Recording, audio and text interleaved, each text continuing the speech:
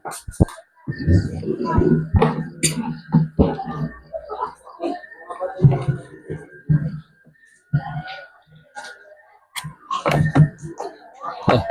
may kukunik yung audio lang. Walang audio. Pakipatay muna yung ano yan. Sige lang ano na.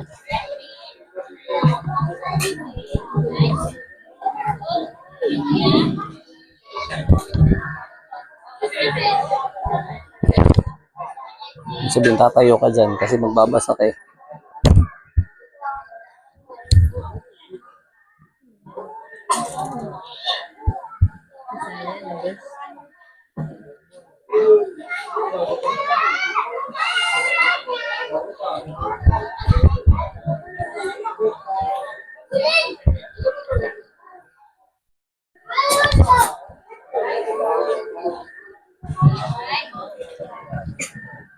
Muli po, magandang gabi at maraming salamat sa inyong pagdalo sa ating pagpupulong.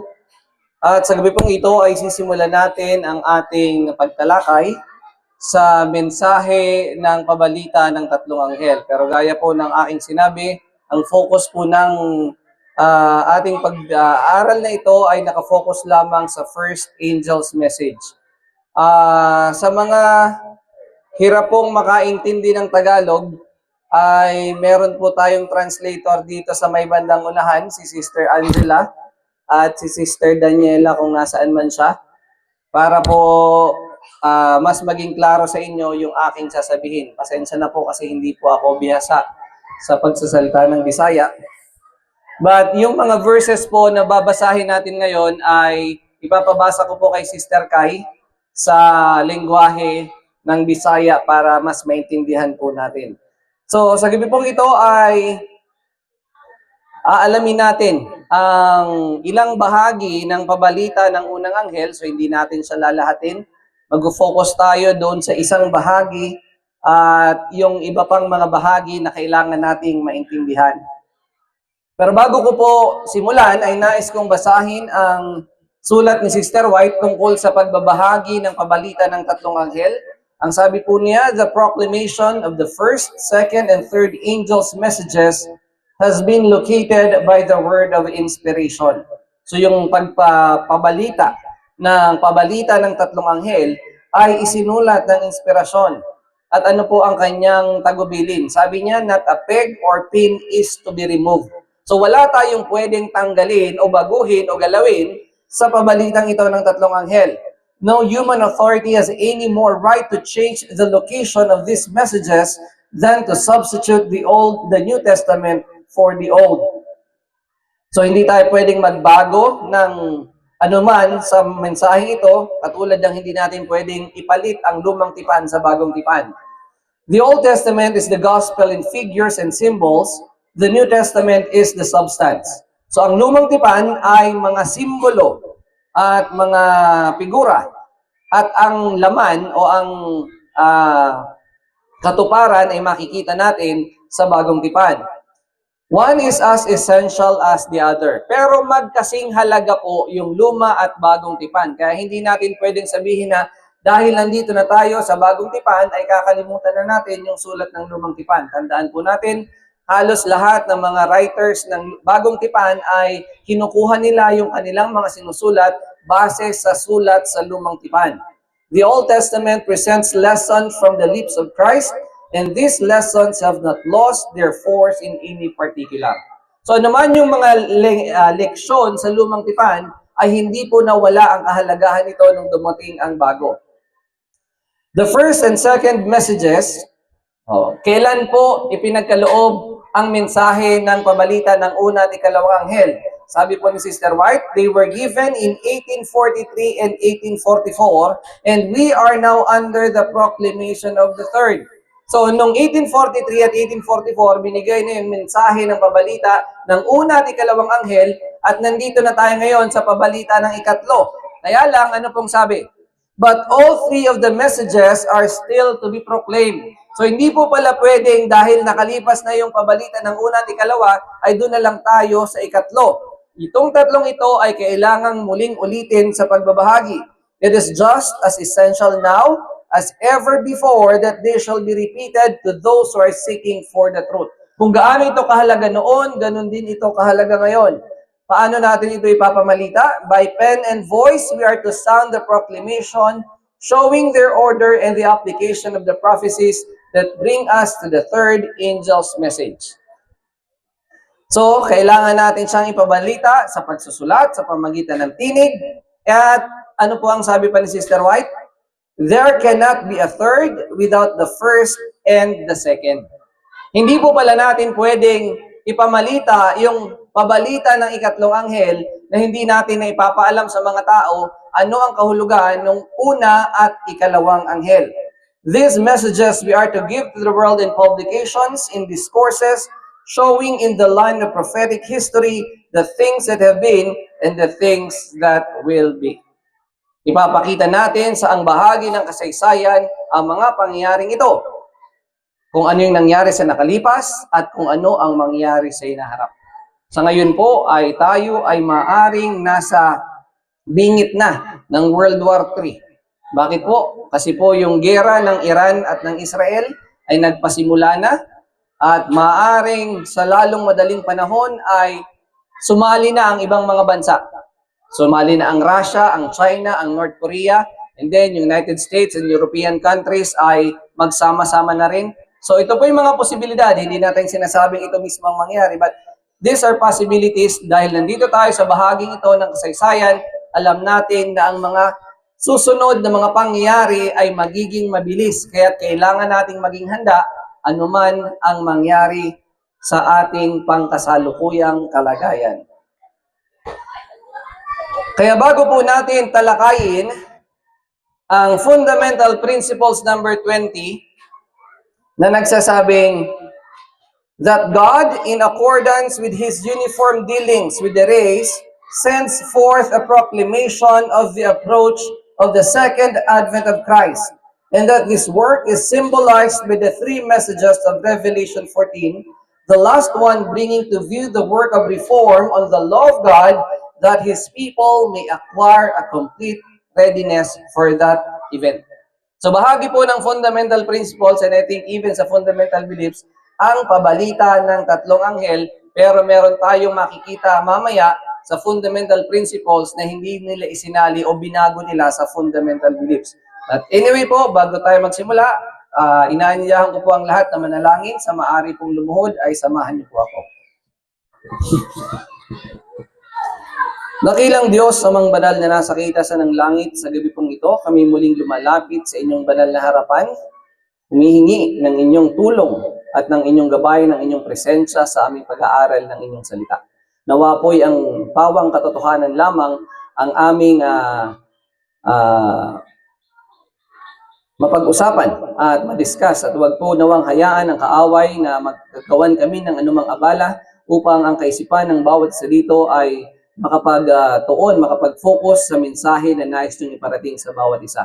Ang inyong pong kaluwalhatian ay makita sa amin at ang inyong paggabay at pag-iingat sa pangalan po ni Jesus. Amen. So, sino po sa inyo ang familiar sa fundamental principles? Alam ko po mostly familiar sa fundamental beliefs. Pero most of the Adventists, I think, ay hindi po familiar sa fundamental principles na naitatag sa panahon ng mga sinaunang Adventista. Nabuhay po tayo post-1981 at nandito na tayo ngayon sa panahong ito na ang ating pinangahawakang fundamental ay yung fundamental beliefs. Na ito po ay naging opisyal na doktrina ng Iglesia noong 1981. Pero prior to 1981, meron na pong naitatag na fundamental principles na kagaya ng binasa natin kagabi ay paulit-ulit na sinasabi ni Sister White na ang Panginoon ang siyang nagtatag na nito at hindi ito dapat baguhin. So dito po tayo sa pabalita ng unang anghel. Mamaya po pag magbabasa ng talata, ibibigay ko po kay Sister Kai para mas maintindihan ninyo. Sabi ni Sister White sa Last Day Events 198, God has given the messages of Revelation 14 their place in the line of prophecy and their work is not to cease till the close of this earth's history. Kung meron pong mensahe na kailangang ipabahagi ng bawat Adventista, ito po ay na-summarize sa pabalita ng tatlong anghel. Kaya po bilang mga nag-aangking mananampalataya, ay meron tayong gawain sa sanlibutan na hindi lang pwedeng tayo lang ang nakakaalam ng katotohanan, bagkus dapat natin itong ibahagi sa lahat ng mga taong nakakasalamuhan natin sapagkat ang kaligtasang ating tinanggap ay dapat matanggap din nila. Hindi po kasi pwede na maging katulad tayo ng Dead Sea. Ano ba yung Dead Sea? Yung Dead Sea po ay isang lugar, isang lawa doon sa Middle East na tanggap lang siya ng tanggap ng tubig at hindi siya nagbibigay. Ano po ba ang kalagayan ng Dead Sea? Yung Dead Sea po, siya na yung pinakamababang bahagi dito sa mundo. So kapag dumaloy na yung tubig sa kanya, wala nang ibang dadaluyan, kaya hanggang doon na lang yung tubig. So ano pong meron sa Dead Sea? Sa Dead Sea po, ang meron doon ay puro asin. Wala pong nabubuhay na mga isda o halaman sapagkat puro na asin ang naroon. So ano pong mangyayari sa atin kapag ang mga katotohanan ay tanggap tayo ng tanggap at hindi tayo nagbibigay? Tandaan po natin, sabi ng Panginoon, by their fruits ye shall know them. Kung wala tayong bunga, kung hindi tayo nagbabahagi ng salita ng Diyos, tayo'y sisingilin ng Panginoon sa mga taong dapat sanang nakarinig ng katotohanan, pero hindi sila nakakuha ng katotohanan sapagkat hindi natin ibinahagi sa kanila. Pag tinignan niyo po sa Ezekiel, sabi ng Panginoon, anak ng tao, ginawa kitang bantay kapag sinabi ko sa makasalanan na siya'y mamamatay at hindi mo siya pinagsabihan, mamamatay siya sa kasalanan niya, subalit ang kanyang dugo ay sisingilin ko sa iyong kamay. So tayo po bilang mga nag-aangking mananampalataya ay meron tayong obligasyon na ibahagi ang katotohanan at ang salita ng Diyos at ang kaligtasan sapagkat ang bawat tao ay binayaran ng dugo ni Kristo. So dito po ay sisimulan nating pag-aralan ang pabalita ng unang anghel. Ano po bang meron sa pabalita ng unang anghel? Pakibasa po ang Revelation 14:6 and 7.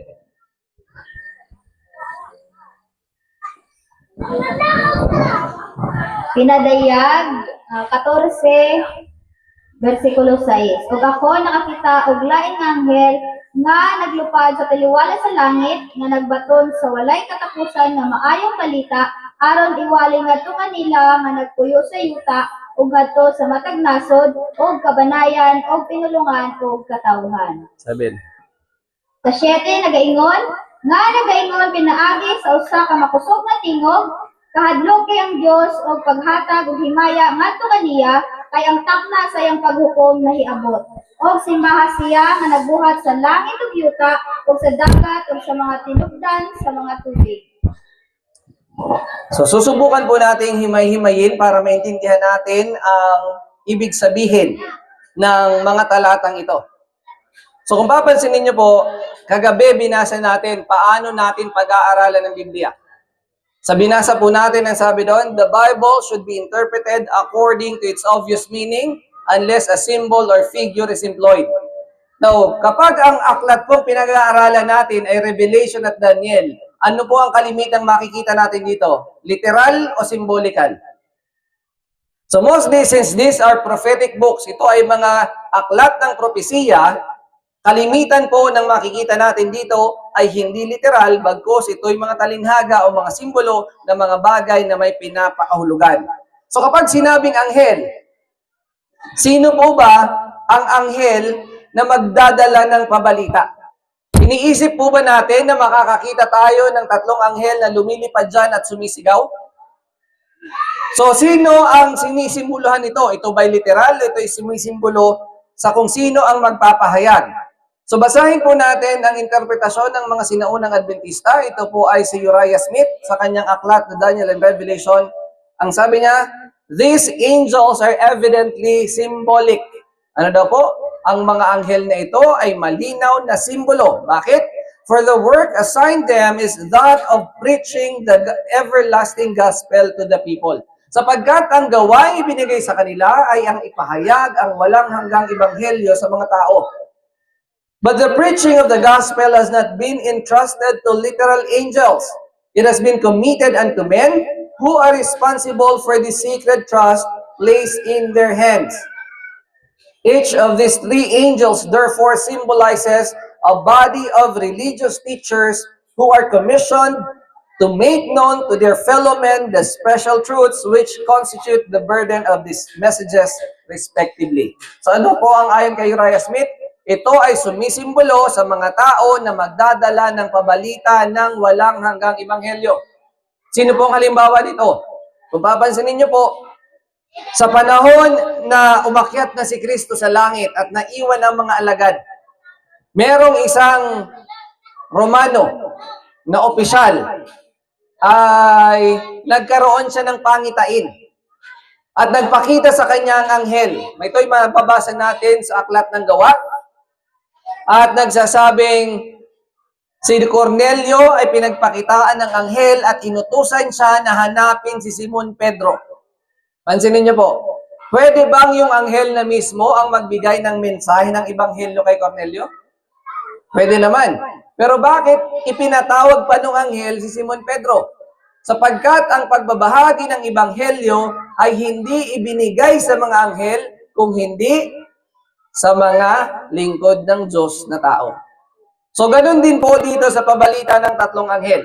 Hindi po tayo pwedeng mag-expect o umasa na makakakita tayo ng literal na anghel na lumilipad at nagsisisigaw at sinasabing matakot kayo sa Diyos. Ito po'y tumutukoy sa mga tao na magdadala ng pabalita ng ebanghelyo. Ayon po sa ating propetang si Ellen White, the three angels of Revelation 14 represent the people who accept the light of God's messages and go forth as His agents to sound the warning throughout the length and breadth of the earth. Sino pong sinisimbola ng tatlong anghel? Ang mga tao na tumanggap ng liwanag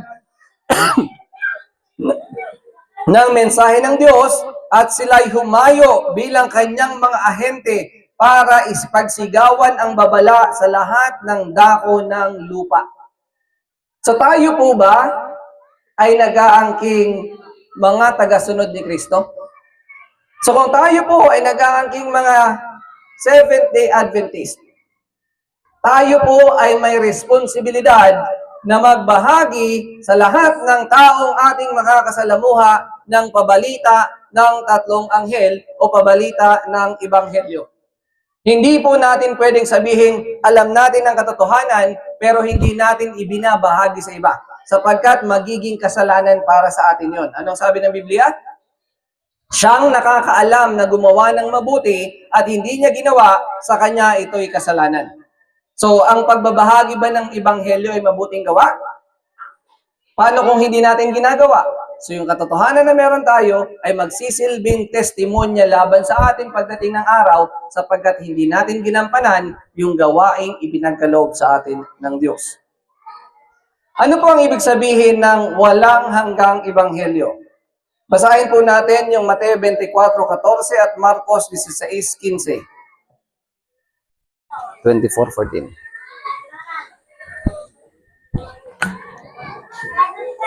Sa Matthew 24:14 ginaingon, o kining maayong balita sa gingharian igawali sa tibuok kalibutan alang sa usa ka pamatuod ngadto sa tanang mga nasod ug dayon ang katapusan moabot. Mark 16:15. Diri sa Marcos 15:16 Diri sa Marcos 16:15 ginaingon, ug siya miingon ngadto kanila, pangadto kamo sa tibuok kalibutan ug iwali ang maayong balita ngadto sa matag minugna. So malinaw po na yung ebanghelyo na kinakailangang maibahagi sa buong mundo para magkaroon na ng katapusan ng sanlibutan ito ay hindi pinagkaloob sa anghel, bagkus kanina pinagkaloob sa mga mananampalataya. Sila ang inutusan ni Kristo na magbahagi ng ebanghelyo. So kung tayo ay kinikilala natin ang sarili natin bilang mananampalataya, meron tayong responsibilidad na mangaral ng ebanghelyo. Tama po na maganda ang inyong kalagayan dito, nandito kayo sa country living, pero kung kayo po ay magiging exclusive lang sa inyo at hindi kayo hahayo para magbigay ng pabalita sa ibang tao, baka po yung ating katotohanan na tanggap ay hindi na lumago. Dahil tandaan po natin, mas lumalago tayo habang tayo ay nagbibigay. Hindi po sapat na pakinig lang tayo ng pakinig. Dapat po tayo ay nagbabahagi rin. Sabi sa Genesis 3:15, tungkol pa rin sa Ebanghelyo.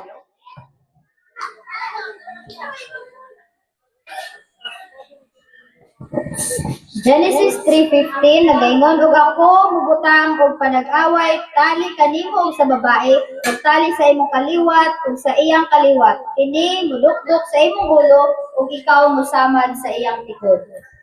So ayon po kay Sister White, ang mensaheng ipinoklama ng anghel na lumilipad sa kalagitnaan ng langit ay kaparehong ebanghelyo na sinabi ng Diyos kay Adan at kay Eva. So wala pong dalawang ebanghelyo, walang tatlong ebanghelyo. Meron lamang iisang ebanghelyo. At ano ang ibig sabihin nun? Ito ay ang pagkakaroon ng paglalaban ng Panginoong Hesus laban kay Satanas para iligtas ang tao. So dito makikita natin ang sabing, unang pangako ng tagapagligtas na tatayo sa field of battle, sa labanan, sa pakikipag-away kay Satanas. Dito makikita natin sa Genesis 3:15 na papatayin ni Satanas ang anak ng Diyos, pero wawasakin ng anak ng Diyos si Satanas. Kaya po kailangan nating maintindihan ito, sapagkat si Kristo'y pumarito sa ating mundo para ipakilala ang karakter ng Diyos, katulad ng pagrepresenta ng banal na kautusan, sapagkat ang kanyang kautusan ay transcript ng kanyang karakter. Ibig sabihin, ito yung nagpapakilala ng kanyang pag-uugali. Kaya sabi po ni Sister White, si Kristo ang parehong kautusan at ebanghelyo. Ang anghel na nagpoproklama ng walang hanggang ebanghelyo ay nagpoproklama ng kautusan ng Diyos, sapagkat ang ebanghelyo ng kaligtasan ay nagdadala sa pagsunod sa kautusan, kaya't ang kanilang mga pag-uugali ay natutulad sa banal na pagtutularan. Tandaan po natin na hindi pwedeng law of God lang, kailangan natin ng gospel. Hindi pwedeng gospel lang, natatanggalin natin ang kautusan. Kasi pansinin niyo po, sa ibang mga religion, ayaw nila sa kautusan ng Diyos, ang sabi nila ipinako na yan sa cross. Kung hindi na po kailangan ng kautusan, bakit pa kailangan mamatay si Kristo? The fact na kailangan mamatay si Kristo ay nangangahulugang ang kautusan ay hindi pwedeng baguhin o sirain. Bagkus ang kamatayan ni Kristo ay nagbibigay ng kapangyarihan sa sino mang mananampalataya na makasunod sa kautusan. Sabi pa dito sa Christ Object Lesson, ang mensahe ng Ebanghelyo na ipinoklama ng mga alagad ni Kristo sa kanyang unang pagdating. Ito ay, it bore to men the good tidings of salvation, yung first coming po ni Christ. Nagdala ng pag-asa ng kaligtasan. Pero dito po sa atin ngayon, hindi na po yung unang pagdating niya ang ating pinoproklama. Ang pinoproklama natin ay yung kanyang pangalawang pagdating. At ang mga tanda ay nakikita na natin sa paligid. Ano po ang ibig sabihin na ito ay pinoproklama ng may malakas na tinig? Makakarinig kaya tayo ng sigaw? Ayon po sa ating propeta, ang mensahe ay dapat iproklama ng may malakas na tinig. Para saan? Upang ang lahat ng naninirahan sa lupa ay makatanggap ng babala. Ang bayan ng Diyos ay dapat dalisayin ang kanilang mga kaluluwa sa pamagitan ng pagsunod sa katotohanan at maging handa na tumayo ng walang kamalian sa kanyang harapan sa kanyang pagdating. So ano po ang goal? Ano ang requirement? Ano ang kinahinanglan kung tayo ay nagsasabing tagasunod tayo ni Kristo? Kailangan po bago dumating si Kristo ay meron tayong perfect character. Sapagkat kailangan nating tumayo sa harap ng banal ng Diyos nang walang tagapamagitan. So ang Ebanghelyo ay magbibigay sa atin ng kapangyarihan na masunod ng buo ang kautusan ng Diyos. So dadago po tayo dito sa unang bahagi. So na-explain na natin sino yung anghel. Ito yung mga taong nananampalataya at magdadala ng mensahe. Pag sinabing malakas na tinig, kailangan marinig ito ng lahat ng tao sa buong mundo sapagkat kailangan ang ibanghelyo ay maipangaral sa lahat ng dako upang dumating ang wakas. So paano naman tayo magkakaroon ng takot sa Diyos? Ito yung mensahe ng anghel. Matakot kayo sa Diyos. Anong klaseng takot ba ito? Katulad ba ito ng pagkatakot ni Adan at ni Eva nung nakagawa sila ng mali? Ayaw nilang humarap sa Diyos kasi may kasalanan sila. So hindi po ito ang tinutukoy na pagkatakot. Kapag tinignan po natin yung Strong's Concordance, ito po ay tumutukoy sa reverence or paggalang. So pag sinabing matakot kayo sa Diyos, ito ay paggalang sa pamagitan ng pagsunod. Kaya makikita natin ano ang karugtong ng pagkatakot sa Diyos sa Ecclesiastes 12:13.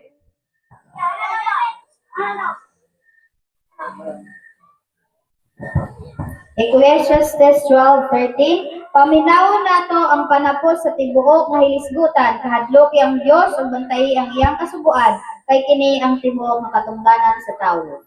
Kaya po ang sabi ni Sister White, alam natin na mahal natin at natatakot tayo sa Diyos kung iniingatan natin ang kaniyang mga kautusan, kung tayo nagsisikap na lumakad sa landas ng Diyos. Ano po bang sabi ng Biblia? Siyang nagsasabing nakikilala niya ako at hindi tumutupad ng aking kautusan. Anong tawag sa taong ito? Ay sinungaling at ang katotohanan ay wala sa kanya. So ang tunay na may pagkatakot sa Diyos ay nangangahulugan na merong pagsunod. Ano pa po ang sabi?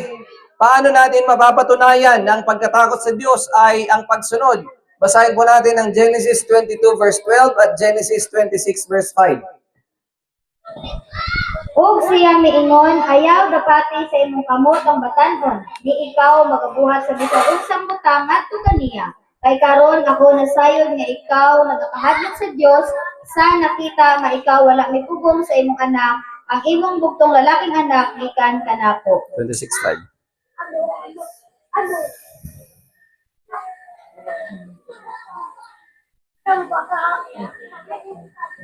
Tungod kay si Abraham mituman sa akong tingog ug mibantay sa akong sugo, sa akong mga kasuguan, sa akong mga tulumanon ug sa akong mga balaod. So nakita po natin na ang patunay na ang may takot sa Diyos ay sumusunod sa kanyang mga kautusan ay si Abraham. So sinabi ng Diyos na patunayan ko na may takot ka sa Diyos at sinabi ng Diyos si Abraham ay sumusunod sa aking mga kautusan. So malinaw po ang pagkatakot sa Diyos ay pagsunod sa kanyang kautusan. At ano po ang sabi sa iba pang mga talata? Proverbs 8:13.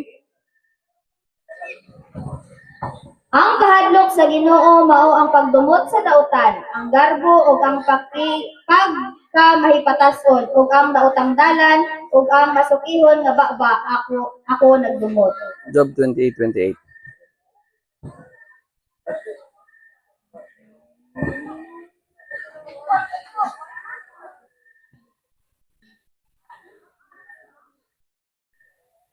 O ngadto sa tawo siya miingon, tanawa ang kahadlok sa Ginoo kana mao ang paalam, kung sa pagbiya gikan sa dautan mao ang pagsabot. Proverbs 9:10.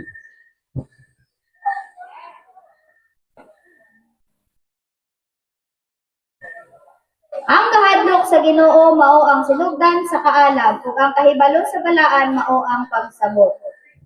Proverbs 2 verse 5. Nan ikaw makasabot sa kahadlok sa Ginoo ug makakaplag sa kahibalo sa Dios. So nakita po natin pag sinabing ang pagkatakot sa Diyos, ito ay pag-ayaw sa kasamaan, sa pagmamataas at pagiging arugante at sa masamang daan at sa masamang bibig. Ang pagkatakot sa Diyos, ito daw ay karunungan at ang pag-alis sa kasamaan ay pagkaunawa.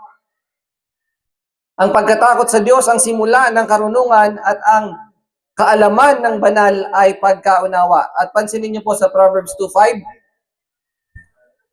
maiintindihan natin ang pagkatakot sa Diyos at matatagpuan natin ang kaalaman tungkol sa Diyos. So meron pong kinalaman yung pagkatakot sa Diyos na nakita natin na pagsunod sa kanyang kautusan tungkol sa kaalaman tungkol sa Diyos. Bakit po? Sa Hosea 4 verse 1, meron pong pangyayari na hindi maganda sa panahon ng bayan ng Israel, sa panahon po ni Hosea. Sa ano pong sabi sa Hosea 4:1? Hosea 4:1, paminaw sa pulong sa Ginoo kamong mga anak sa Israel. Kaya ang Ginoo andunay pakiglali suban sa mga lumulupyo sa yuta, tungod kay walay kamatuoran, ni kaluoy, ni kahibalo sa Dios diha sa yuta. Sa 4:6. So ano ang mangyayari kapag nawala yung kaalaman tungkol sa Diyos? Sa 4 verse 6, ito yung resulta, sabi ng Panginoon. Ang akong katawhan nangalaglag tungod sa kakulang sa kahibalo. Tungod kay ikaw misalikway sa kahibalo, ako usab mo salikway kanimo. Aron ikaw dili na mahimong parid nganhi kanako. Sa nakakita nga imong gikalimtan ang balaod sa imong Dios, ako usab nga kalimtan ang imong mga anak. Meron po bang consequence o may masamang resulta ba ang kawalan ng karunungan tungkol sa Diyos? So nakita natin na ang kawalan ng karunungan tungkol sa Diyos ay pagkalibot din sa kanyang kautusan. At anong sabi ng Diyos? Dahil tinalikuran mo, ni-reject mo yung tungkol sa karunungan, i-reject din kita. Itatakwil din kita, pati ang iyong mga anak. So, gaano po kahalaga na alam natin kung paano matakot sa Diyos? Dahil maraming mga tao nag-aakalang sila ay tagasunod ng Diyos, pero sa totoo, sila pala'y sumusway. Sabi ni Sister White, the fear of the Lord is the beginning of wisdom. This fact should be woven into the very life and character. The right conception of God through the knowledge of Christ, who died that we might be saved, should be impressed upon their minds. Kailangan pong meron tayong tamang pagkakilala sa Diyos sa pamamagitan ng karunungan ni Kristo. Pero bakit sasabihin niyo? Pwede niyong sabihin, ano ba sinasabi ni Brother Raymond? Kilala naman namin ang Diyos. Tandaan po natin, sa panahon ng mga Israelita, meron silang attitude, sa panahon ng mga Hudyo, sa panahon ni Kristo, na akala nila ay alam na nila ang lahat ng bagay. Pero nung tinest sila ng Panginoon ay nakita na iba yung kanilang pagkaunawa. Kaya ito po actually ay isang challenge para sa atin, na tingnan kung yung atin bang pinaniniwalaan sa mahabang panahon ay tumutugma sa kung ano ang sinasabi ng Biblia. So, ang sabi po doon, fear God, matakot kayo sa Diyos. So the basic question, ano ngayon ang Diyos? Ano ang konsepto natin pag sinabing Diyos? Sa lahat ng religion po ngayon, merong iba-ibang konsepto tungkol sa kung ano ang Diyos. Sa ibang religion, sa mga Methodist at ibang mga Protestant, ang Diyos is formless. Wala siyang anyo. Sa Katoliko, ang Diyos nila ay ano? Isang katawan, merong 3 ulo. Sa Diyos ng Seventh-day Adventist, ano ang itsura ng Diyos? So, gusto ko pong maintindihan ninyo, kapag tinanong tayo, ano ang Diyos? Ano ang picture sa utak natin kapag sinabing naniniwala ako sa Diyos? Do we see an individual? Nakakakita ba tayo ng isang parang tao na may katawan, may itsura? O naniniwala tayo na mayroong isang katawan na may 3 ulo? O ang Diyos ay hindi mo siya may papaliwanag, hindi mo siya madidescribe?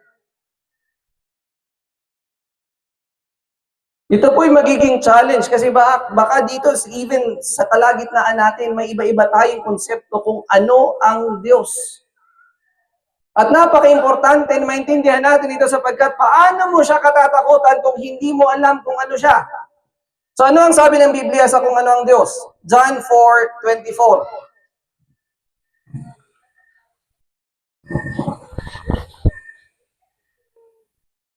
Juan 4:24, ang Dios usa ka espiritu, ug sila magsimba kaniya kinahanglan magsimba kaniya diha sa espiritu ug diha sa kamatuoran.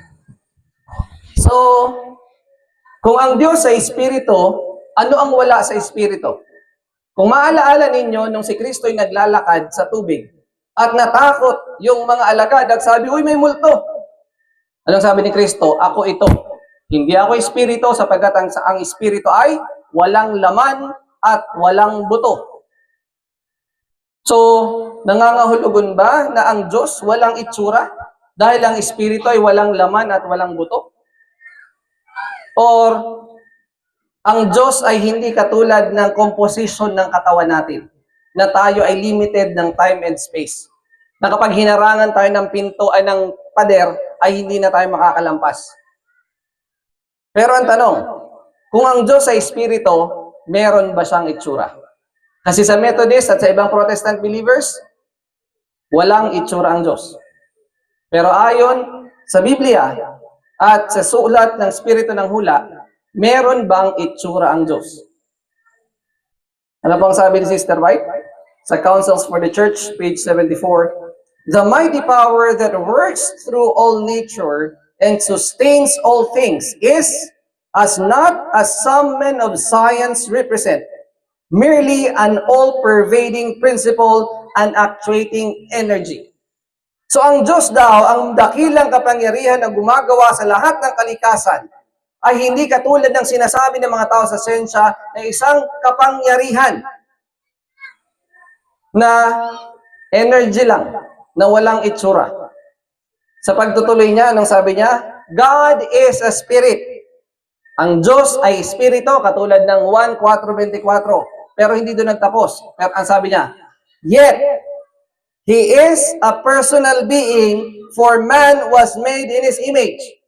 Ang Diyos ay espiritu, subalit siya ay personal being. Alam niyo po yung word na being? Wala pong translation ng Tagalog at Bisaya. So, personal being o personal na tao, hindi naman kasi siya tao, so personal na Diyos. So, ano ibig sabihin nun? Meron ba siyang anyo? Meron ba siyang itsura? Ano ang sabi? Siya ay personal being sapagkat ang tao ay nilikha ayon sa kanyang wangis. Tanong ulit, may itsura ba tayo? Sino po sa atin na walang itsura? Di ba lahat naman tayo may itsura? Sunod na tanong, saan tayo kinopya? Sa wangis ng Diyos. So therefore, kung meron tayong itsura, ang pinagkopyahan natin, merong itsura. Pero yung kanyang composition, hindi po galing sa lupa. So wala siyang laman, wala siyang buto, pero meron siyang itsura. So kung ano ang komposisyon ng Diyos, hindi na natin pwedeng alamin sapagkat hindi ito hinahayag, pero kung ang Diyos ay may itsura, malinaw na meron. Ano pang sabi sa Biblia tungkol sa itsura ng Diyos? Sa sulat ni Sister White. Pansinin niyo po Sa Diyos ng Katoliko, ang isang Diyos ay 3 persona, kaya ang illustration nila sa isang Diyos nila, isang katawan, 3 ulo. Ayon sa Espiritu ng Hula, ang Diyos ay isang persona. Linawin ko po malinaw yung sabi ni Sister White. Ang Diyos ay isang persona, kasi po, God is a person. Pag sinabing ito ay nangangahulugang isa. At si Kristo ay isang persona. So ilang persona ang Diyos at si Kristo? 2. So hindi si Kristo yung persona ng Diyos. Magkaiba sila ng persona. Si Kristo ay sinasabi sa salita bilang liwanag ng kaluwalhatian ng kanyang Ama at hayag na imahe ng kanyang persona. Ulitin natin. Ang Diyos ay isang persona, si Kristo ay isang persona, hindi sinabing ang Diyos ay 3 persona. Ang sinabi, ang Diyos ay isang persona at si Kristo ay isang persona at si Kristo ay hayag. Paghahayag ng itsura ng Diyos. So, ibig sabihin, kapag nakita mo si Kristo, sinong nakita mo? Nakita mo ang Diyos mismo. Sapagkat kapareho siya ng Ama. Meron pa bang additional na sulat si Sister White? Nahiram ng charger.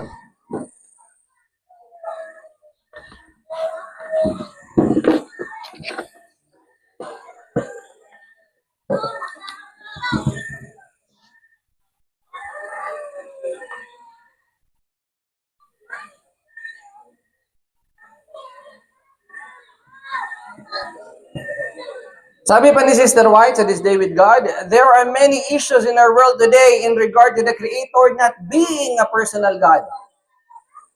Kasi nga po, merong mga doktrina na ang Diyos ay walang itsura. Pero anong sabi ni Sister White? God is a being and man was made in His image. Ang Diyos ay isang being at ang tao ay nilikha ayon sa kanyang wangis. So balik tayo sa tanong, may itsura ba ang Diyos o wala? Malinaw na meron. Ang itsura ba natin ay meron tayong tatlong ulo o wala? Tatlo ba yung ulo natin? Siyempre hindi. So therefore, ang itsura ng Diyos ay hindi tatlo ang ulo. So automatically, kapag nakakita kayo ng imahe na sinasabing ganito ang itsura ng Diyos, isang katawan na may tatlong ulo, hindi yun ang itsura ng Diyos. Sapagkat tayo ay nilikha ayon sa wangis ng Diyos, so kung ang doktrinang yon na tatlong iisa, ay makikita natin malinaw na hindi yun yung wangis ng Diyos. Ano pa ang sabi? So, issue po ba talaga kung may itsura ang Diyos? Kasi sa panahon po nila Sister White, especially galing po siya sa Methodist Church. Sa Methodist Church, ang kanilang konsepto ng Diyos ay walang anyo. So therefore, si Sister White mismo nagtanong. Kanino siya nagtanong? Pansinin niyo po, kay Kristo mismo. Sabi niya, nagtanong ako kay Jesus kung ang kanyang ama ay may anyo katulad ng kanyang sarili. So kausap ni Sister White si Jesus sa vision at ang tanong niya, may itsura ba ang ama? Ano ang sagot sa kanya ni Kristo? Sabi niya, meron. Merong itsura ang ama. Ano lang ang hindi pwedeng mangyari? Hindi mo lang siya pwedeng makita. Sapagkat kapag nakita mo ang kanyang kaluwalhatian, mawawala ka. Bakit siya mawawala? Kasi po si Sister White nasa sinful nature. Para makita niya ang Diyos na banal, maglalaho siya. So, kaya ang Diyos po ay sinasabing invisible God dahil hindi natin pwedeng makita sa ating likas na ito. Ano pa ang sabi? Ano ang itsura ng Ama? From eternity, there was a complete unity between the Father and the Son. Merong buong pagkakaisa ang Ama at Anak. They were two. Ilan daw ang mag-ama? Dalawa. Sila'y dalawa, yet little short of being identical. Sino po sa inyo nakakita na ng identical twins? So, di ba pag identical twins, makikita mo halos magkamukha talaga. So, ang sabi dito, little short of being identical. So, kung ano man yung kaunting pagkakaiba ng ama at anak, hindi na sinabi. Pero kung ano ang itsura ng anak, yun ang itsura ng ama. Ilan daw sila? Two in individuality, yet one in spirit and heart and character. Sa pagiging individual, dalawa sila, pero isa sila saan? Iisa sa espiritu, sa puso, at sa pag-uugali. Kaya pag sinabing matakot kayo sa Diyos, kailangan maging malinaw sa atin. Sino yung Diyos na dapat nating katakutan? Yun yung kailangan linawin pa natin maya-maya. Nililinaw lang natin kung ang ama ba ay may itsura. John 5:37. Ug ang amahan mismo nga nagpadala ka nako, nagdala og pagpamatuod, mahitungod ka nako. Kamo wala nakadungog sa iyang tingog sa bisan unsa nga panahon, ni nakakita sa iyang panagway. John 14:9.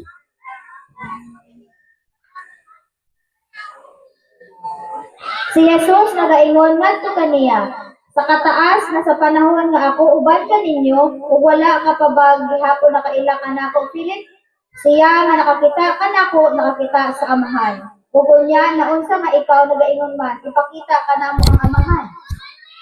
So malinaw po sinabi ni Kristo, pag nakita mo siya, nakita mo na ang Ama. Both physically, yung itsura, at yung ugali at salita. Sapagkat sabi ni Kristo, ang sinasabi ko ay hindi ko salita, kundi salita ng nagsugo sa akin.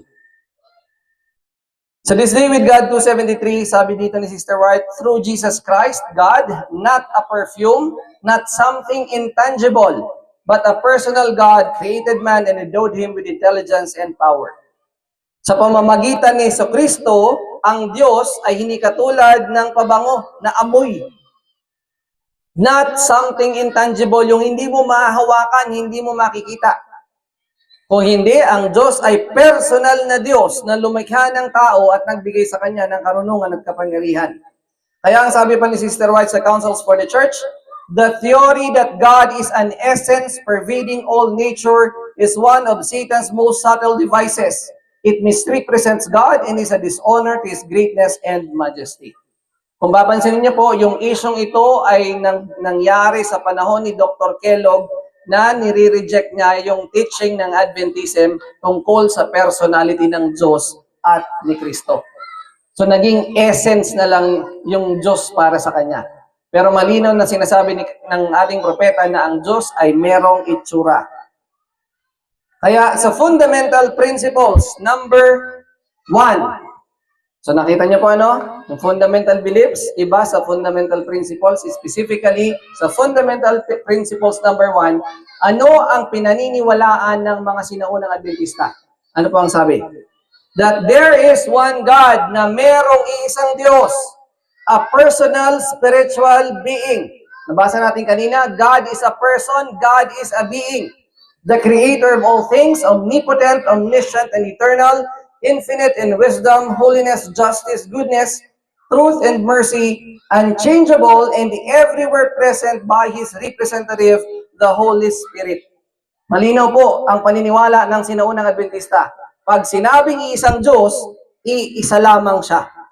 Hindi siya buminubuo ng tatlong persona. Bagkus, ang Diyos ay isang persona, ang Diyos ay isang being.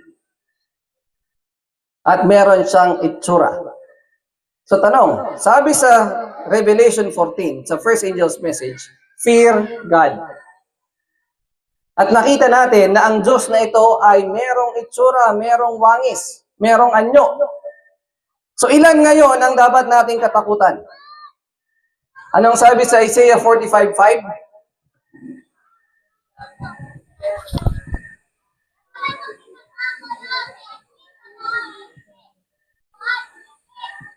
Ako ang Ginoo ug walay laing Dios gawas kanako. Ako mibakos kanimo bisan nga ikaw wala nakaila kanako. 1 Chronicles 17:20. Chronicles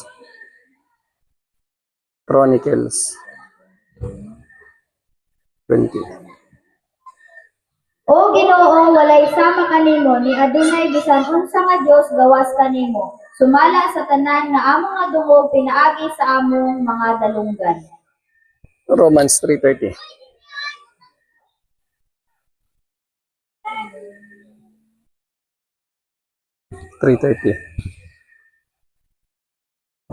Sa nakita nga kini usa ka Dios nga mopakamatarong sa adunay tuli pinaagi sa pagtuo ug sa walay tuli pinaagi sa pagtuo. James 2:19.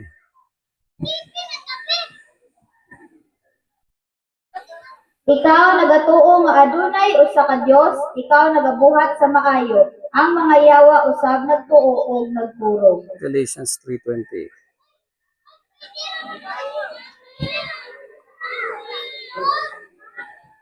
Karon ang taga tigpataliwala dili tigpataliwala sa usa apan ang Dios usa. 1 Corinthians 8:4.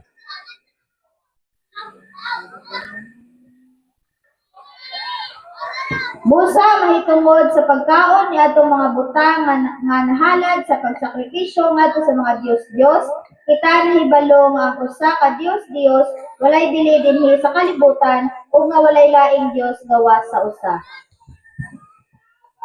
Balibalik ta rin man po natin ang Biblia. Isang katotohanan ang makikita natin tungkol sa Diyos. At ang Diyos ay ilan? Ang Diyos ay isa. At kapag tinanong tayo, alin ang pinakamahalagang talata sa buong lumang tipan?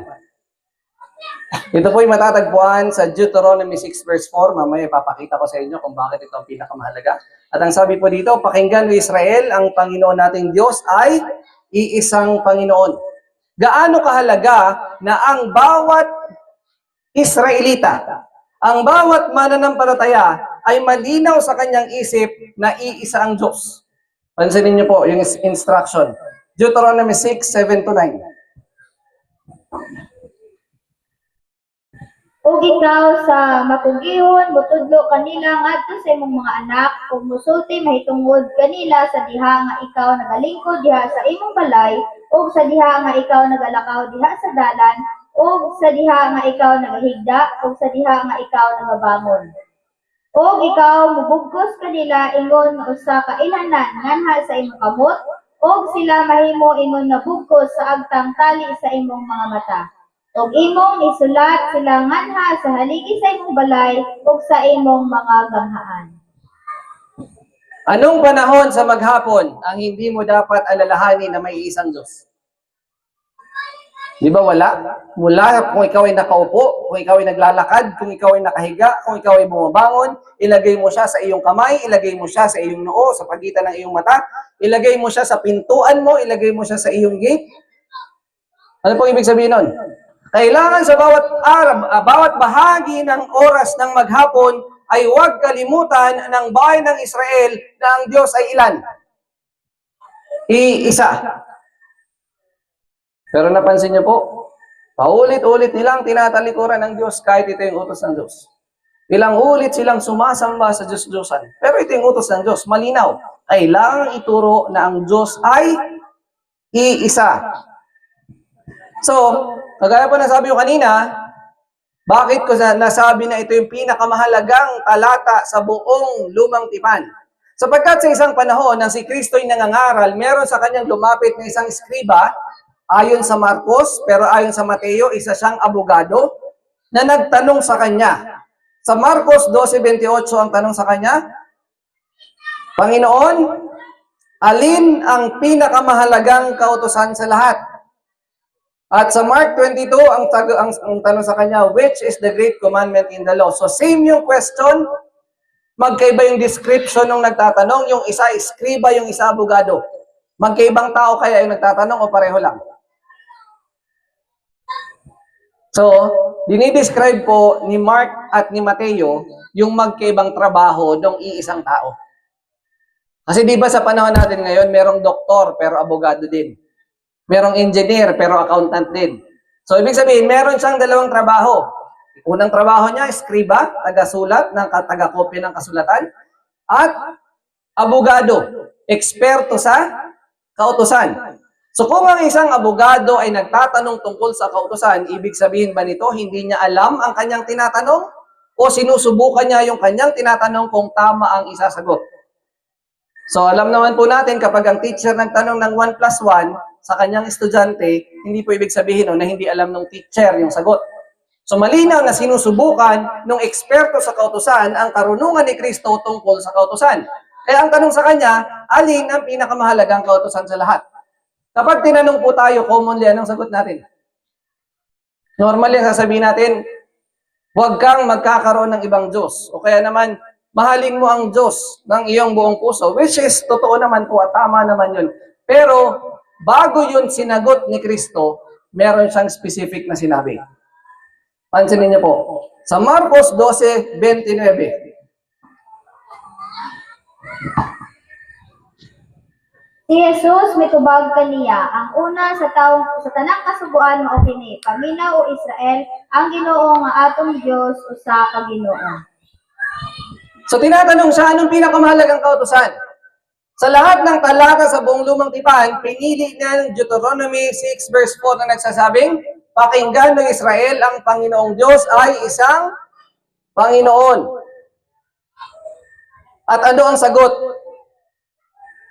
Nung skriba, nung yun yung sagot niya.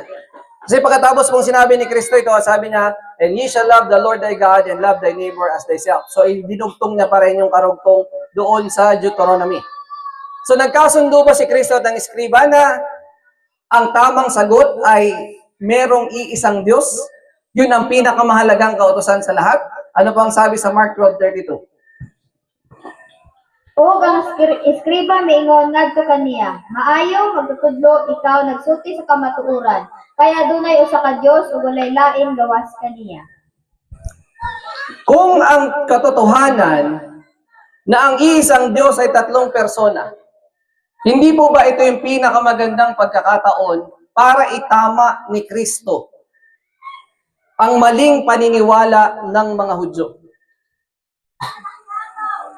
Ikinorek ba niya yung Hudyo nung sinabing, totoo ang sinasabi mo na walang ibang Diyos maliban sa Kanya?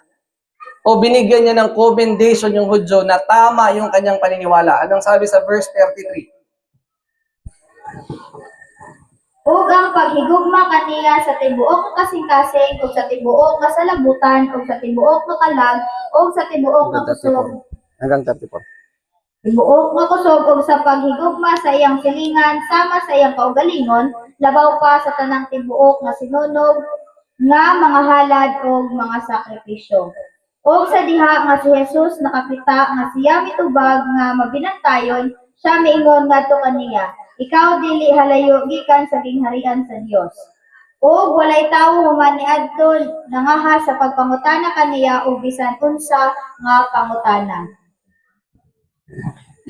So ano po yung malinaw?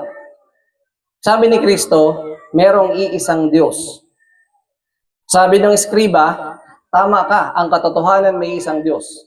Sabi ni Kristo sa kanya, hindi ka na nalalayo sa kaharian ng Diyos. Mamaya bibigyan natin ng additional information, bakit ang sabi ni Kristo ay hindi ka na nalalayo, hindi niya sinabing nasa kaharian ka na ng Diyos. Pag sinabi ko pong malapit ka na, pag sinabi kong ako ay nasa Mount Olives na, ako po ba ay nasa wilderness na? Wala pa. Wala pa, tama po? Pero yung kalsadang dinadaanan ko, ay yun yung kalsadang papunta sa wilderness. So, nung sinabi ni Kristo na ang paniniwala mo na may isang Diyos, hindi ka na nalalayo sa kaharian ng Diyos, nasa tamang landas ka na. Pero hindi pa yun ang buong katotohanan, hindi lang yun. Ibig sabihin, may kulang pa para makarating ka sa kaharian ng Diyos. Mamaya natin na alamin muna natin, kapag sinabing merong iisang Diyos, sino ang iisang Diyos na ito? 1 Corinthians 8:6, Malakay 2:10, Romans 15:6, John 8:41, malinaw po paulit-ulit na sinasabi, sino ang iisang Diyos ayon sa Biblia. Apan alang kanato adunay usa lamang ka Dios, ang Amahan sa kangkinsa ang tanang mga butang o kita anaa kaniya. O usa ka Ginoong Hesukristo pinaagi sa kangkinsa ang tanang mga butang o kita pinaagi kaniya. Malakay 2:10.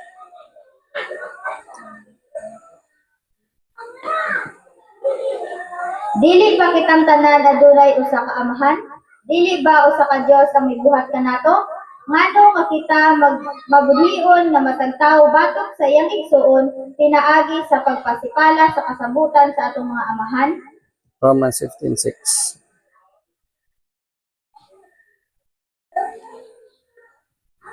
Aron nga kamo pinaagi sa usa ka hunahuna o usa ka bakba maghimaya sa Dios bisan ng amahan sa atong Ginoong Hesukristo.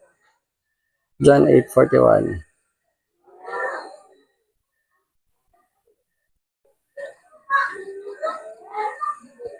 Kamo naghimo sa mga buhat sa inyong amahan. Unya miingon sila ngadto kaniya, kami wala ipanganak gumikan sa daotang pakighilawas. Kami adunay usa ka amahan bisan ang Dios. Ang patotoo ng Biblia, paulit-ulit na sinasabi na may isang Diyos.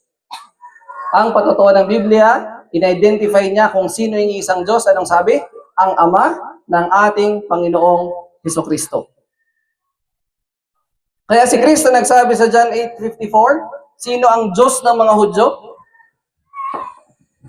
Si Jesus mitubag, kung ako magpasidungog sa akong kaugalingon, ang akong pasidungog walay bili. Ang akong amahan mao ang nagapasidungog kanako sa kangkinsa kamo nag-ingon nga siya ang inyong Dios.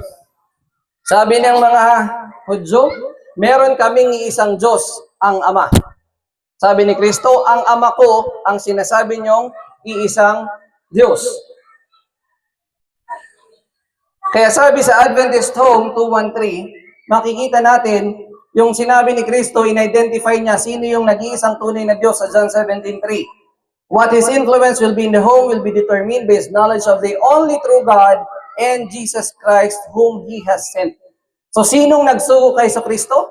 Ang nag-iisang tunay na Diyos. Kaya sabi ni Sister White sa 1888 Messages, there is no place for gods in the heavens above. God is the only true God. He fills all heaven. Those who now submit to His will shall see His face, and His name will be in the foreheads of all who are pure and holy. So kaninong pangalan ang ilalagay sa noo ng mga banal? Anong sabi sa Revelation 14:1? And I looked, and lo, a lamb stood on the Mount Zion, and with him 144,000, having his Father's name written in their foreheads. So sino ang nag-iisang tunay na Diyos ayon sa Biblia? Ang Ama ng ating Panginoong Jesus. So, kagaya ng nabanggit sa Revelation 14, and worship Him that made heaven and earth and the sea and the fountains of waters. So, sino ang Diyos na lumalang ng langit, lupa, at ng mga dagat? Anong sabi sa Acts 4:24 hanggang 27? O sa diha nga sila nakadungog ni ana, sila nagakauyon nga mipataas sa ilang mga tingog ngadto sa Dios ug miingon, Ginoo, ikaw ang Dios nga nagbuhat sa langit ug sa yuta ug sa dagat ug sa tanan nga anaa kanila. Kinsa pinaagi sa baba sa imong sulugoon nga si David nag-ingon, nganong ang mga pagano napungot kaayo ug ang katawhan naghunahuna sa walay pulos nga mga butang. Ug ang hari sa yuta nanindog ug ang mga punuan na nagtigom, pagtigom batok sa Ginoo ug batok sa iyang Kristo. Kay sa pagkatinuod batok sa imong balaang bata nga si Jesus, kinsa imong dihugan, bisan pa si Herod o si Pontius Pilate, uban sa mga hintil o ang katawhan sa Israel nagkatigong pagtingog. So ayon sa Gawa 4:24 hanggang 27, ang Diyos na lumalang ng langit at lupa ay merong anak na si Jesus. So malinaw po, kapag sinabing matakot ka sa Diyos, yung fear God and give glory to Him for the hours of His judgment is come, and worship Him that made heaven and earth and the sea, kanino po ito tumutukoy? Sa Ama ng ating Panginoong Jesus. So kung ang Ama ang lumikha ng lahat ng bagay, ano naman ang bahagi ni Kristo sa paglikha? Kasi ang mangyari po, magkakaroon ng tanong sa isip nyo. Ang sabi ni Brother Raymond, ang Diyos Ama ang lumikha ng lahat ng bagay. So lalabas si Kristo, hindi siya manlalalang. Tama po ba? Ano ang sabi ng Biblia tungkol sa ano ang bahagi ni Kristo sa creation? Hebrews 1 verse 2 at Ephesians 3 verse 9. Niining ulahi ng mga adlaw misulti nganhi kanato pinaagi sa iyang anak, kinsa iyang gitudlo nga manununod sa tanang mga butang, pinaagi sa kang kinsa usab siya mihimo sa mga kalibutan. 3:9 Ephesians.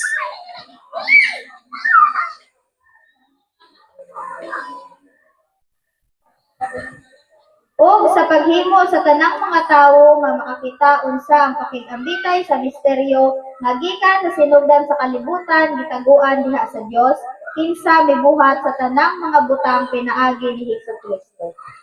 So sabi po sa talatang binasa natin kanina sa Gawa, ang Diyos ang lumikha ng lahat ng mga bagay.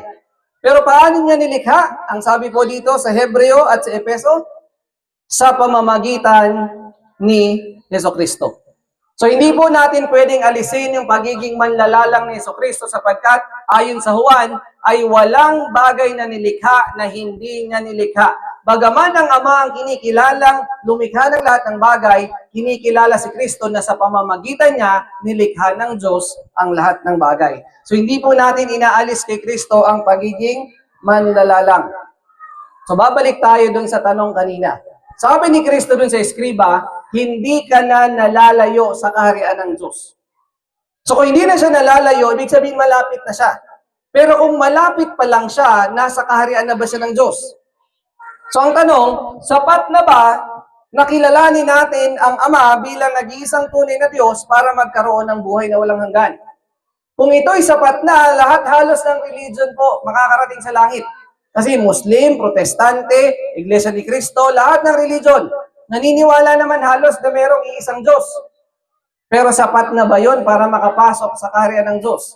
Ano po ang sabi ng Juan 17:3?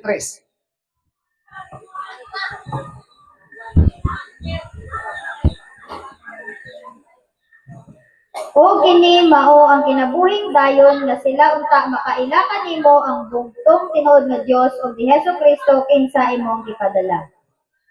So, malinaw na nakita natin ayon sa patutuo ng Biblia at ng Espiritu ng Hula na kapag sinabing may iisang Diyos ang Ama ang tinutukoy. Pero hindi po natin makakamit ang buhay na walang hanggan kung hihinto tayo sa pagkilala lamang sa Ama bilang nag-iisang tunay na Diyos. Sapagkat sabi sa Juan 17:3, ang pagkakaroon ng buhay na walang hanggan ay ang kilalanin ng Ama bilang nag-iisang tunay na Diyos at si Jesucristo na kanyang isinugo. So kung ang Ama ang nag-iisang tunay na Diyos, paano natin kikilalanin si Kristo? Kasi ang basic pong tanong, sigurado ako sa isip ninyo, kung ang Ama ang nag-iisang Diyos, so lalabas si Kristo hindi Diyos. Tama po ba? At kung hindi Diyos si Kristo, paano siya nakapaglalang? So kailangan maging malinaw sa atin paano ito sagutin. Na hindi mababali ang katotohanan ng may iisang Diyos, pero si Kristo ay merong kalagayan ng Diyos na katulad ng kanyang Ama. So paano natin kikilalanin si Kristo? Sa Mateo 16:13, nagkaroon ng isang panahon na nangangaral si Kristo sa paligid, pero may narinig siya ng mga pag-uusap ng mga tao. Katulad ng, ano ba ang pagkakilala sa akin ng mga tao sa paligid nyo? So halimbawa, kagaya ko po, pumunta ako dito, narinig na ninyo yung pangalan ko. Ay, si Brother Raymond, may ganito yung dalang aral. So meron na kayong mga ideya sa kung ano yung aking itinuturo.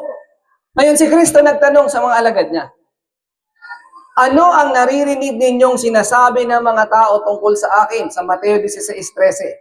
Sa 14, sumagot ang kanyang mga alagad. Ug sila miingon, ang pipila nag-ingon nga ikaw mao si Juan, ang taga-bautismo, ang pipila si Elias, ug ang uban si Jeremias, o usa sa mga propeta. Panahon pa lang ni Kristo na nandito siya sa lupa, meron na bang kalituhan sa pagkakilala kung sino siya? So yung mga naririnig ng mga alagad, sino ba yan? Sino ba yung nagtuturong yan? Sino yung nagpapagaling na yan? Sabi ng iba, si Juan Bautista yan, nabuhay ulit. Sabi ng iba, si Elias yan na nabuhay. Yung iba, si Jeremias naman, o isa sa mga propeta. So tanungin ko po kayo ngayon, pag tinanong tayo ngayon, sino si Kristo? Anong sagot natin? May magsasabing siya ay Diyos anak. May magsasabing siya ay kapantay ng Diyos. Siya ay magsasabing siya ay kung ano pa man.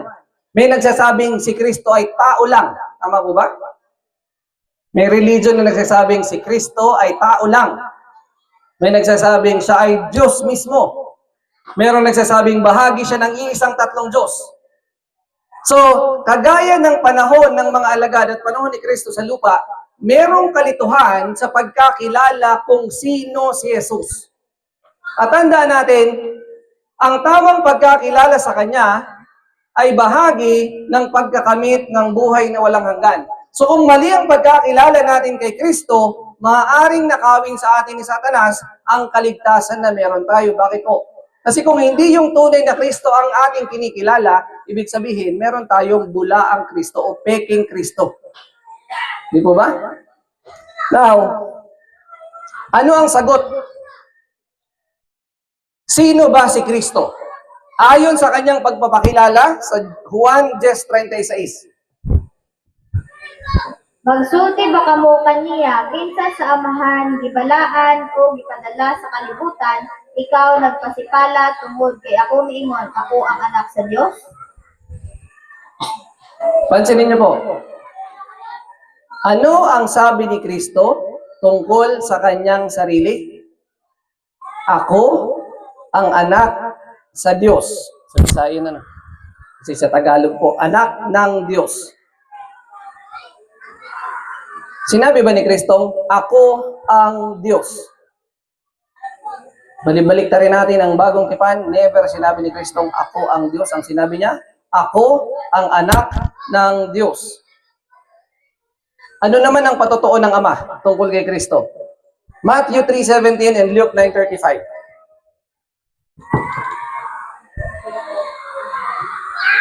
O tanawa usa ka tingog gikan sa langit nga nagaingon, kini akong pinalanggang nga anak, ang kinsa ako nahimuot pag-ayo. Luke 9:35.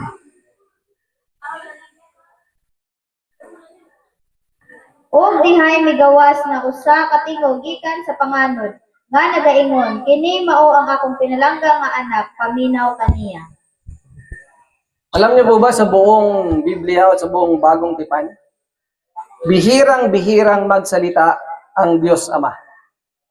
Meron lamang 3 beses siya nagsalita. Yung pangatlo po yung I have glorified the name of Christ. At yung pang-apat, yung pagdating ng ating Panginoong Yesus, i-announce niya yung araw at oras. Pero sa 4 na beses yun, meron siyang inulit na iisang deklarasyon. Una, nung bininyagan si Kristo, may dumapong parang kalapati na liwanag at sinabi ng Diyos, ito ang sinisinta kong anak. Pangalawa, nung nagkaroon ng transfiguration, nagpakita si Moises at si Elijah, narinig ng mga alagad yung tinig ng Diyos, narito ang sinisinta kong anak. Sa Biblia po, kapag ang isang bagay ay inuulit, ano po ang ibig sabihin nito?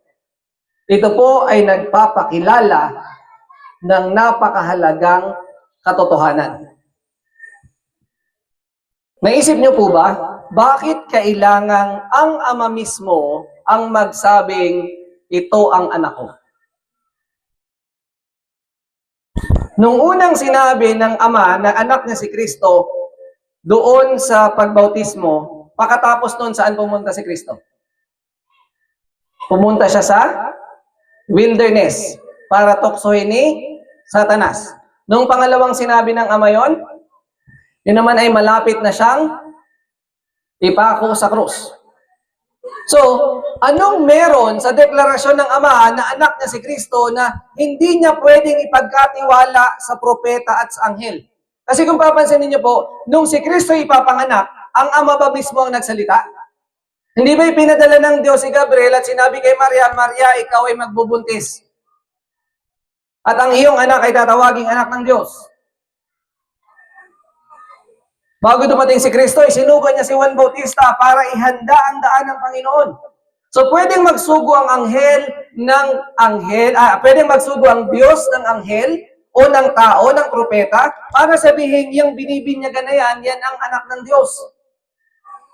Pero bakit hindi niya pinagkatiwala sa kahit na sino? Bakit siya mismo ang kailangang magsalita at sabihin, ito ang sinisinta kong anak? Kung bihirang magsalita ang Diyos nang naririnig ng tenga ng mga tao, kung meron siyang sasabihin, ibig sabihin po, napaka-importante. Napaka-iksing salita, ito ang sinisinta kong anak. But ito ang pinaka-importanteng salita na kailangang marinig ni Kristo. Ano pa po ang sabi? Mamaya na natin itutuloy yung discussion doon. Ano pa ang patotoo ng ibang mga alagad sa Mateo 16:16? O si Simon Pedro mitubag og miingon, ikaw mao ang Kristo, ang anak sa buhi nga Dios. John 11:27.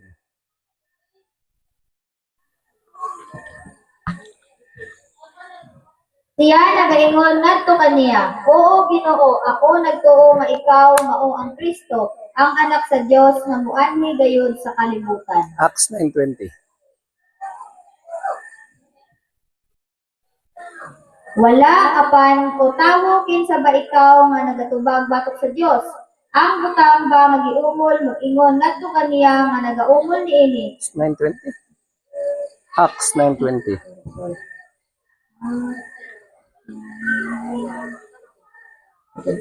O diha siya miwali ni Kristo sa mga sinaguga nga siya mao ang anak sa Dios. John 20:31.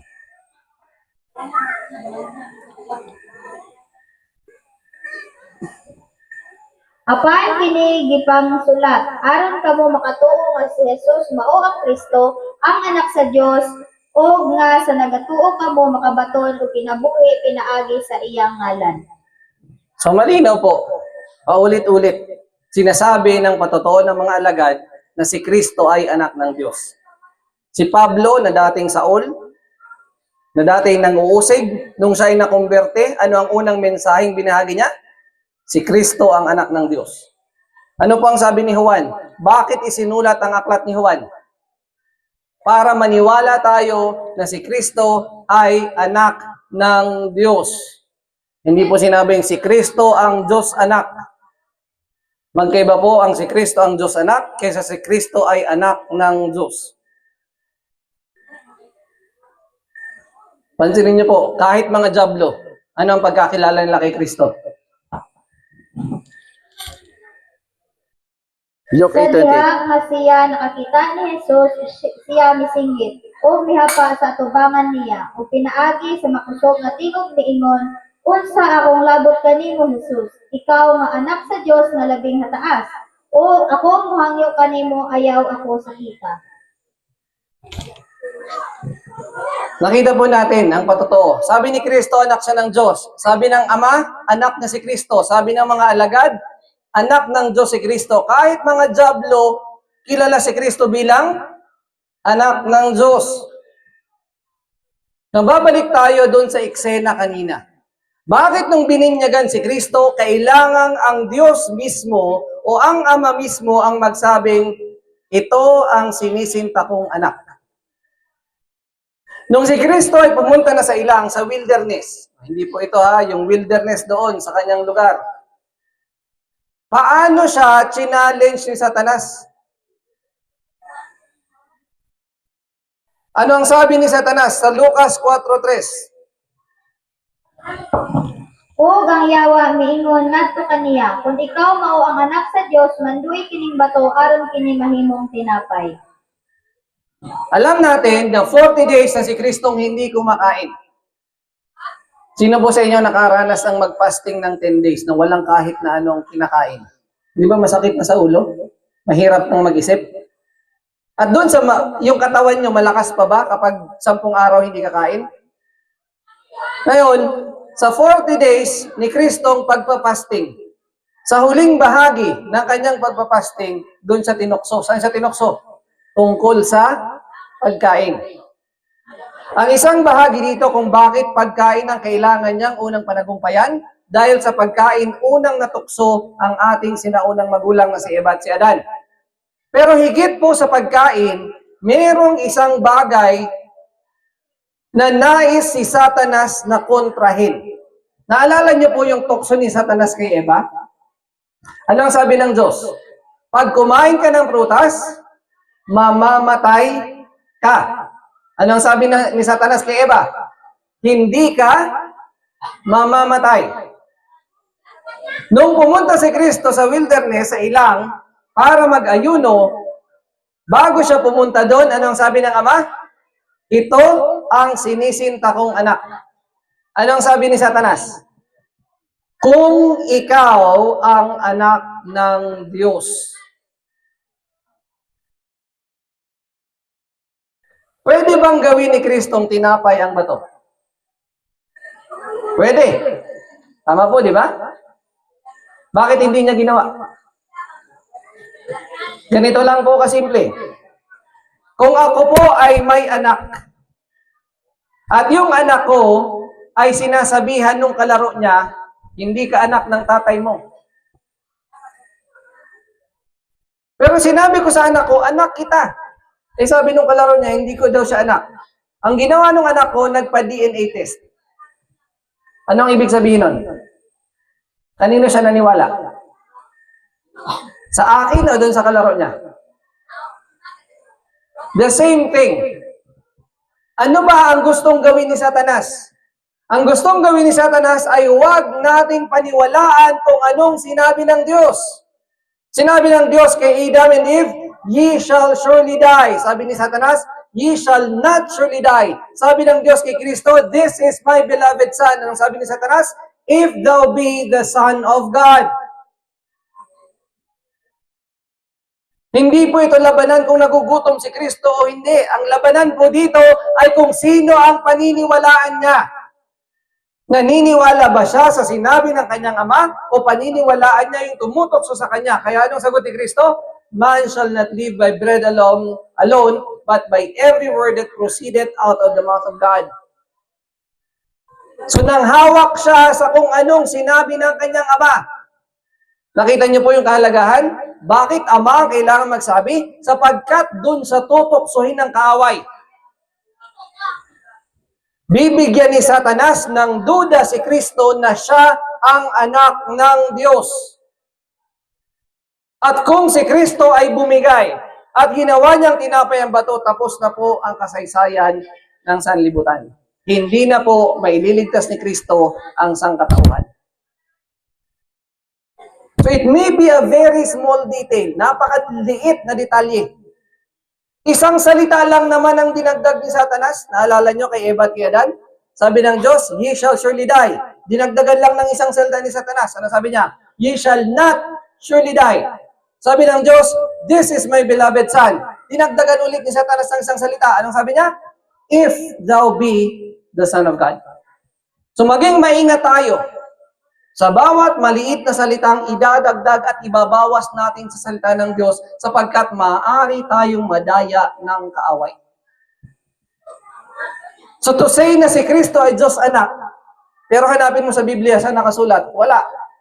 Eh paulit-ulit sinasabi ng Biblia, si Kristo ay anak ng Diyos. So kung naniniwala tayong Diyos anak si Kristo, saan mo nabasa? Bakit ayaw mong paniwalaan yung nakasulat ng paulit-ulit na sinasabing si Kristo ay anak ng Diyos? So kung paanong dinaya ni Satanas, si Eva at si Adan, sinubukan niyang dayain si Kristo at hanggang ngayon sinusubukan niyang dayain ang mga mananampalataya. So sunod na tanong, sige, paulit-ulit sinasabi ng Biblia, si Kristo ay anak ng Diyos. Ang sunod na tanong, anong klaseng anak siya ng Diyos? Ilang klase ba ng anak ng Diyos ang alam natin? Pakibasa ang Lucas 3:38 saka Job 38:7.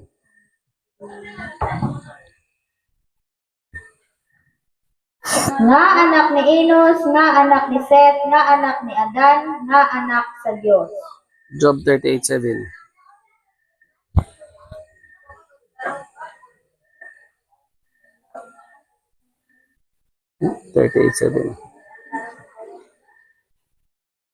Sa diha nga ang kabituunan sa kabuntago na nag-awit pagtingog o ang tanang lalaking mga anak sa Diyos na ninggit tungod sa kalipay.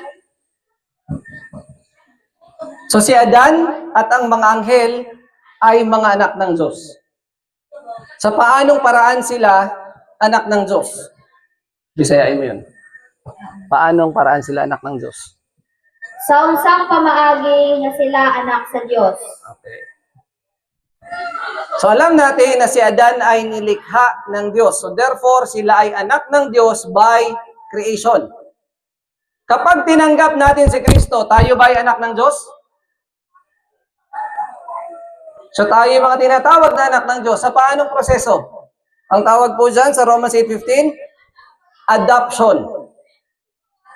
So, si Adam at angels ay mga anak ng Diyos by creation. Tayong mga Kristiyano ay mga anak ng Diyos by adoption. So, kung si Kristo ay anak ng Diyos, anong klaseng anak ng Diyos siya? Siya ba ay created o siya ba ay adopted? Ang sagot po, wala sa kanila. Hindi siya created, hindi rin siya adopted. So, ano siya? Anong sabi sa John 3:16? Kay ang Diyos nahigugma pag-ayo sa kalibutan na siya mihatag sa iyang bugtong ipakatawo nga anak aron sa bisan kinsa nga nagatuo diha kaniya dili gayud malaglag apan aduna nay kinabuhing walay katapusan. Sa lahat po ng katotohanan, ang pinakaayaw ni Satanas ay ang katotohanan si Kristo'y isinilang o ipinanganak ng Diyos. Kung meron po kayong mga Biblia, basahin niyo po ang John 3:16 sa inyong Bisaya na Bible, hindi niyo makikita si Kristo ay pinanganak. Ang makikita niyo, nag-iisa o bugtong na anak. Pero yung salitang ipinanganak o yung salitang bigatin, hindi siya trinanslate. So merong pagkagalit si Satanas sa katotohanan na si Kristo ay isinilang o ipinanganak na anak ng Diyos. So si Kristo ay hindi dilikha, hindi siya created, hindi rin siya adopted o diniklara lamang ng Diyos. Kung hindi, ano ang sabi? Siya ang nag-iisang ipinanganak o isinilang na anak ng Diyos. So walang ibang katulad ni Kristo. Ang mga created sons, maraming anghel. Ang mga adopted sons, maraming mga Kristiyano. Pero iisa lamang si Kristo bilang only begotten Son. Ano po ang pagkaunawa ng sinaunang mga manampalataya? Ito po ay si Elliot J. Wagoner, ang author ng Righteousness by Faith. At ang sabi niya, dun sa kanyang aklat, sa isang publication sa Signs of the Times, noong 1887, it is true that there are many sons of God. Totoo na maraming anak ang Diyos. Subalit, Christ is the only begotten Son of God. Maraming mga anak ang Diyos, pero si Kristo ang nag-iisang isinilang ng Diyos. And therefore, the Son of God in a sense in which no other being ever was or ever can be. So sa isang kalagayan na walang ibang pwedeng maging katulad niya, in-explain niya, the angels are sons of God as was Adam. So ang mga anghel at si Adan ay mga anak ng Diyos by what process? By creation. Christians are the sons of God by adoption. But Christ is the Son of God sa pamagitan ng ano? By birth. Si Kristo ay anak ng Diyos sapagkat isinilang siya. 8 years after isulat, ni Wagoner ito, inulit po ito ni Sister White. Sa Signs of the Times pa rin, May 30, 1895. Ano ang sabi ni Sister White? A complete offering has been made. For God so loved the world that He gave His only begotten Son. Anong klaseng Son? Not a Son by creation as were the angels. Hindi siya created Son kagaya ng mga anghel. Nor a Son by adoption as is the forgiven sinner. Na hindi rin siya katulad ng anak na inadopt, katulad ng pinatawad ng makasalanan. But a Son begotten in the express image of the Father's person and in all the brightness of His majesty and glory, one equal with God in authority, dignity, and divine perfection. In Him dwell all the fullness of the Godhead bodily. So hindi siya inilikha, hindi siya inadopt, siya ay isinilang. Ang kanyang pagiging anak ay dahil galing siya mismo sa Diyos. Ano ang gustong gawin ni Satanas at ng mga fallen angels? Nakita naman natin doon sa panahon ng tinukso ni Satanas, kung ikaw ang anak ng Diyos. Ano ang sabi ni Sister White? This fact. Ano ibig sabihin ng fact? Katotohanan, kamatuoran. The fallen angels would obscure. Gustong palabuin. Ano sa Bisaya ang palabuin, palibugin? Na si Kristo ang nag-iisang isinilang na anak ng Diyos. So bakit mahalaga na iniintindi natin kung anong klaseng anak ng Diyos si Kristo? Sapagkat ito ang katotohanan na magdadala sa atin ng buhay na walang hanggan. So therefore, para nakawin ni Satanas ang buhay na walang hanggan, kailangang lituhin tayo sa pagkakilala kay Kristo bilang anak ng Diyos. Ano ang ginawa ni Satanas sa langit? Ano ba ang punot dulo ng gera sa langit? Sabi sa Letters and Manuscript 86, 1910, sabi ni Sister White, Christ was the only begotten Son of God, and Lucifer, that glorious angel, got up a warfare over the matter until he had to be thrust down to the earth. Anong katotohanan ng pinakakinakagalitan ni Satanas? Ang katotohanan, si Kristo ang only begotten Son. Kaya hindi si Satanas pwedeng pumantay kay Kristo kasi si Satanas, si Lucifer ay created, si Kristo ay begotten. Kaya anong ginagawa niya? Pinapalabo niya, nililito niya mga tao sa katotohanan si Kristo ang nag-iisang isinilang na anak ng Diyos. Bakit po importante na maintindihan natin ito? O sunod na tanong, sinong nagsilang kay Kristo? Kasi meron pong tanong dito. Kung si Kristo ay sinilang, sinong nanay niya? Tama po? Logical naman yung question. Pero ang tanong po, bakit natin kuni-question ang kapangyarihan ng Diyos? Saan ba galing si Eva? Kay Adan. May nanay ba si Eva? Wala. So bakit natin kukwestiyonin kung si Kristo ay anak ng Diyos kung wala siyang nanay?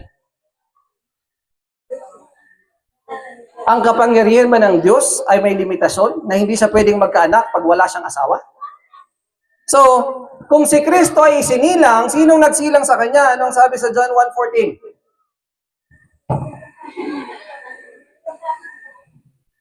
O ang pulong nahimong unod o mipuyo uban kanamo ug among nakita ang iyang himaya, ang himaya ingon nga iya sa bugtong ipakatawo sa amahan, puno sa grasya ug kamatuoran. Lalaki ang Diyos, paano siya manganak? Balik ng tanong, meron bang imposible sa Diyos kung gusto niyang magkaanak? Kapag binigyan natin ng limitasyon ng Diyos, ibig sabihin, iba yung Diyos mo. Sapagkat ang Diyos, kaya niyang magkaroon ng anak kahit wala siyang asawa.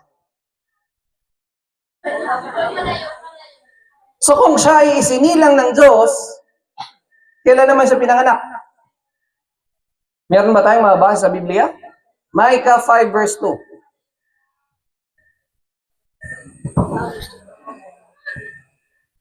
Apan ikaw Bethlehem, Efrata, bisag ikaw gamay diha sa kalibuhan sa Huda, apan gikan kanimo siya mugawas nganhi kanako nga mahimong magmamando diha sa Israel. Kang kinsang mga kagikan gikan sa karaan gikan sa walay katapusan. So kailan daw nagsimula yung buhay ng darating na mamumuno sa Israel? Hindi po dun sa pagkapanganak na sa Bethlehem. Ang buhay niya ay mula sa walang hanggan.